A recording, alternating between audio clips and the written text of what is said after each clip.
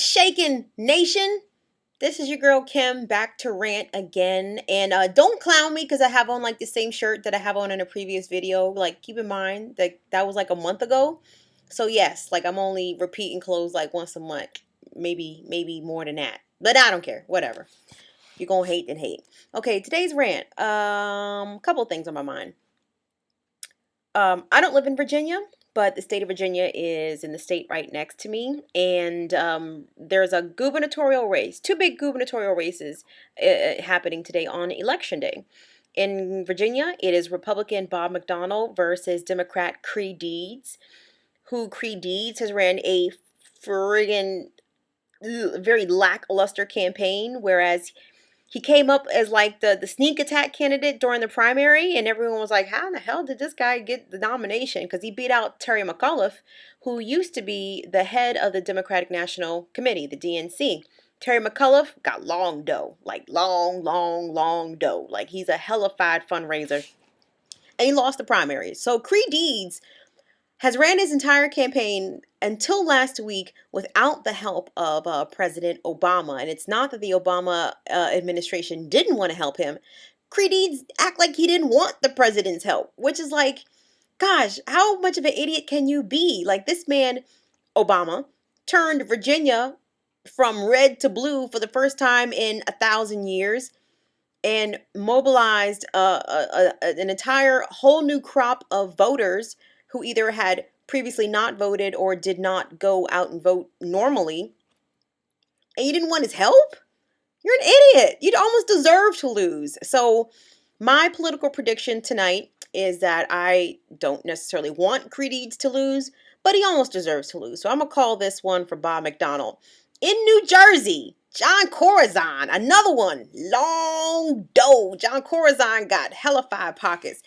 And he's in a race for his gubernatorial seat. So we're gonna hope. I haven't been as in tuned to the New Jersey race as I have been into the Virginia race. But we're gonna hope that John Corazon is able to pull it out. Shout outs to Mayor of Newark, Cory Booker, looking fine as all get out, who has been helping very much with Governor Corazon to help him campaign. The other thing I wanted to talk about was Afghanistan really quickly. When I say everyone, I mean the conservative, redonkulous people, have really been getting on the president about, oh, he needs to hurry up. His general says that he needs 40,000 more troops. Why is Obama waiting? People's lives are at stake. Blah, blah, blah, blah. Actually, this rant is kind of stemming from me watching Elizabeth Hasselbeck make that exact same argument this morning on The View. And I'm like, wow, you're pretty freaking dumb, aren't you? Let's take time to figure out, not too much time. I believe that Obama definitely needs to make a decision on Afghanistan, whether or not he is going to send the additional 40,000 troops. That the general that he appointed is requesting. That's legitimate. The president does need to hurry up and make a decision about that. However, let's look back historically. Afghanistan is quicksand for any so-called big superpower, for any. Or let's look at Russia. Why don't you ask Russia how much success they had in Afghanistan? Why don't you ask, let's even go back as far and ask Alexander the Great, Genghis Khan. Like, these people ruled a much larger territory than a country the size of the United States, and they got caught up in some badonkadonk in Afghanistan. Like, let's not willy-nilly send 40,000 American troops and put their lives at risk and risk their lives and consequently the lives of their families, because their families would be affected if something were to happen to them. Come on. Actually, I say let's get out of Afghanistan. Hamid Karzai is the president. He jerked the first election. His opponent, I think his name was Abdullah. I think that is really his name.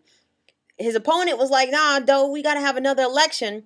And then just a couple of days ago, Abdullah was like, you know what? We don't need to have another election because I'm going to drop out of the race. Something looked very fishy and suspicious to me about that. I'm like, what just happened here? I don't really get what just transpired. But you better believe a deal was struck to get that guy not to run again in the election. Plus, Hamid Karzai, his brother, it's either his brother or his brother-in-law, slanging big opium, big heroin over there. Like, that's known fact. So Afghanistan just looks ugly from a policy perspective, certainly from a military perspective. And long term, there's no winning in Afghanistan. So you Republican conservatives, get that out of your head. There is no victory for us in Afghanistan, okay? And last but not least, H1N1. It's a real disease. I get that. The flu, the regular flu, killed more people last year than H1N1. Is it affecting kids at a higher rate than adults? Absolutely. Would I get the swine flu shot? Hell to the effing no. Would not. Because the last time the swine flu was an epidemic in this country was in the late 70s, mid to late 70s. It's when when Gerald Ford was still president. And actually, the swine flu shot vaccine killed more people during that time than the actual swine flu. Yeah, I'll pass. And I really think that the media is overhyping this. It's sensationalistic, it's ridiculous. But the amazing thing to me is when I see the footage of people that are lined up. You can't even get the swine flu shot. The swine flu shot is like the Xbox 360. It's like the PlayStation 3, right? They purposely put out a shortage in order to increase demand. You can't even get the swine flu shot, Joe. I mean, you gotta line up at Toys R Us at 2 o'clock in the morning to get the swine flu shot vaccine. It's crazy. So I don't know. We've seen these things before, people. It's about identifying and picking up patterns. None of this is new. So open up your eyes, all of them, especially your third eye, as my man Easy Street would say, actually. So, all right, this is Kim.